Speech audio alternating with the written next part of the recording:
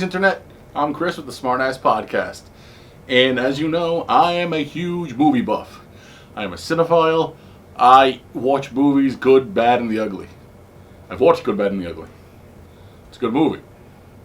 But sometimes I watch bad movies, too. Anyway, I'm going down a rabbit hole. It is the end of July, and you know what that means. We just finished the Barnes & Noble Criterion 50% off sale. And like a lot of other movie YouTubers out there, I'm going to do a whole video because you people like to see crap that other people buy. Why? I don't know. I watch it too. Alright, that out of the way. Let's get down to the movies that I have purchased. Now, granted, I forgot the sale was going on the first week of July, so there would be more movies here if I had remembered. But luckily, I remember about the second week, so I went back to various Barnes & Nobles here in the state of Rhode Island for the past 3 weeks. And now the sale's over, and I will have to wait till their online sale sometime in the fall, and then their next in-store sale in spring. Anyway, let's get to the movies. I picked up a handful of movies. Some that I've seen before, some that I may have owned on DVD or VHS, and they're finally on Blu-ray, and a few movies that I have been meaning to watch, and I finally own them, and I can do that. So let's go through them in no particular order. Number 1, The Adventures of Baron Munchausen. Terry Gilliam at his finest. I don't know if you can see that cover. I'll throw in a better picture somewhere. But this movie was a great, surreal fantasy comedy. And I'm glad it's finally on Blu-ray and 4K. I can't wait to rewatch that. A lot of good practical effects, a lot of silliness, and Terry Gilliam at his finest. Looking forward to rewatching this in the near future. Great movie. Next, probably the most recent of the movies I've bought, Takeout, which is a newer director that I like, Sean Baker, and he teams up with Shi Jing Shao for this one. And I loved Florida Project. Was one of my favorite independent movies in a long time. I'm a big Willem Dafoe fan, so Sean Baker's been on my radar recently. So when I saw this, I definitely wanted to check it out. Plus, I'm a sucker for movies set in urban environments and a lot of neon, especially. So the cover really piqued my interest, and I'm really looking forward to this. It's a new film by a fairly new director, and I'm looking forward to see more of his works in the near future. Takeout. Very interested in watching this one. Now we get to some movies that a lot of people probably know about. This one especially, Brian De Palma's Blowout, with John Travolta.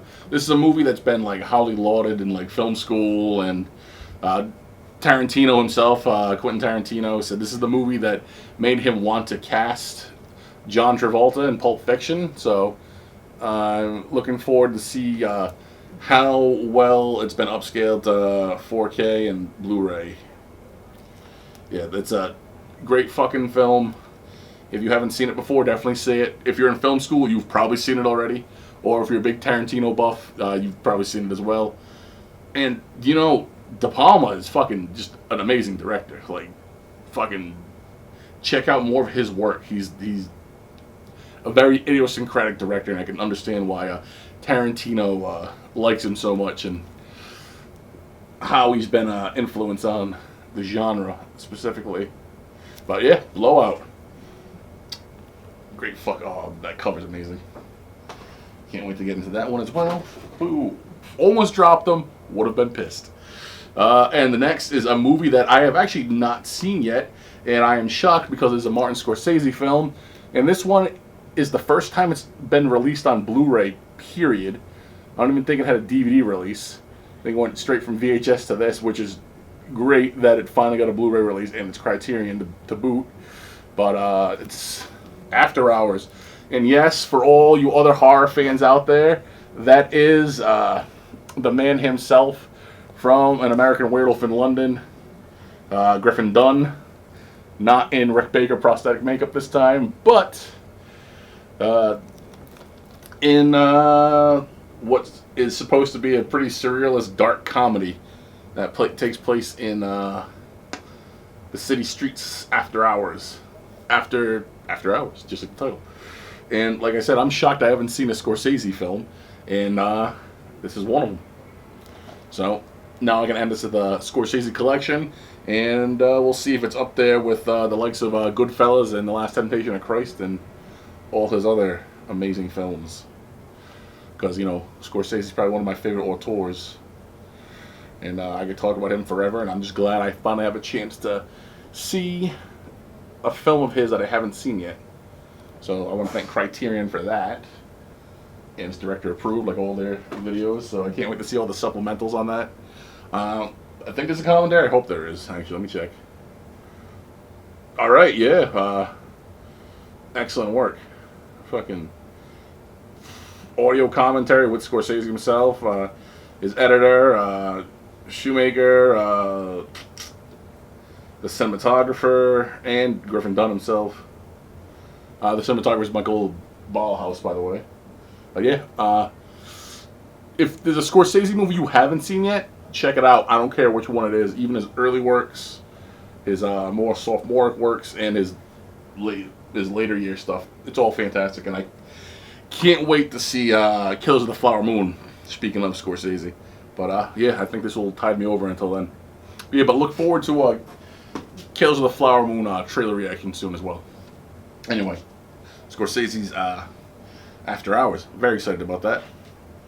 And, well, let's get to the more horrific stuff.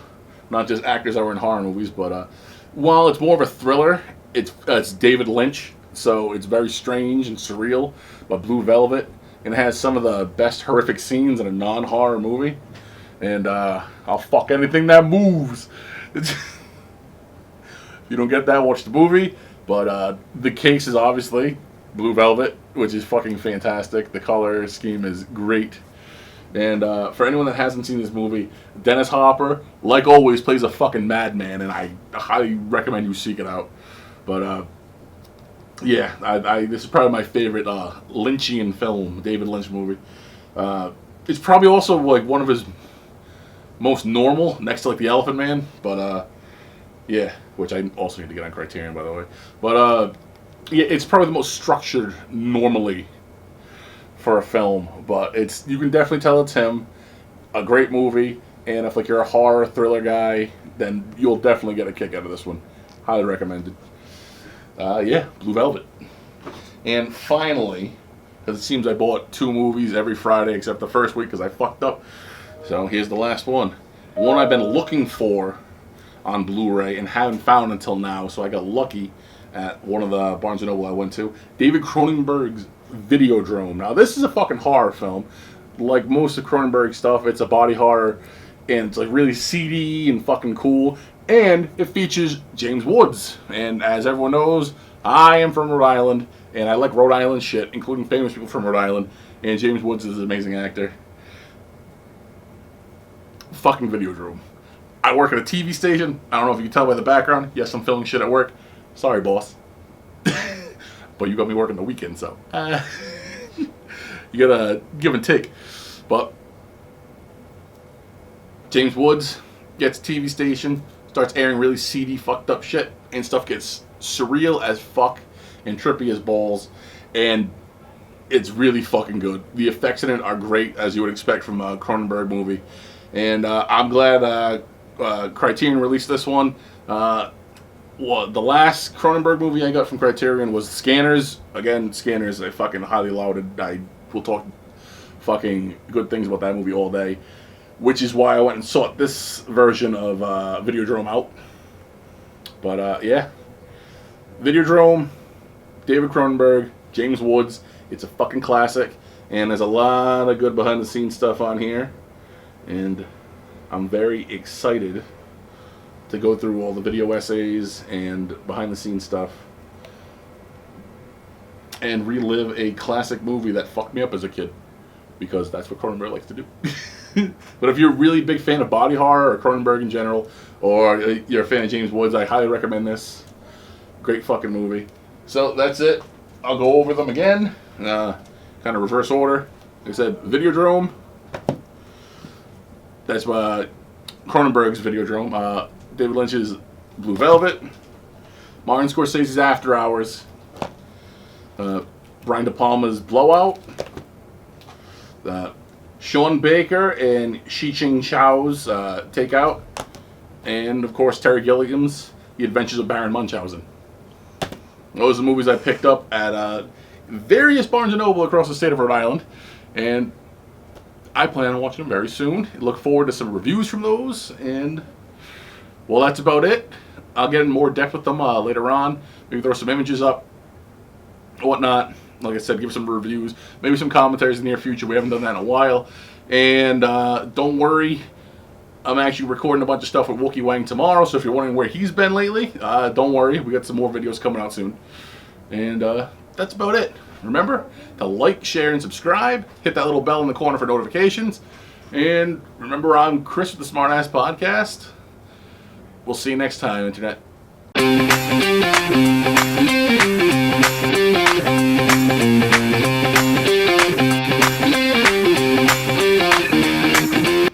I fucking love movies!